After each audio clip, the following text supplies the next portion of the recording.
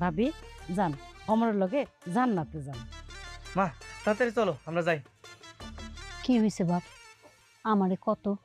মা আজকে না মসজিদে হুজুরে নামাজের পরে কইছে মক্কায় হজ করলে জান্নাতে যাওয়া যায়।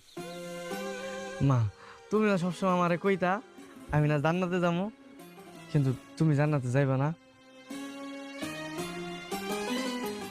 আল্লাহ দেখানো পথেই তো চলার চেষ্টা করি।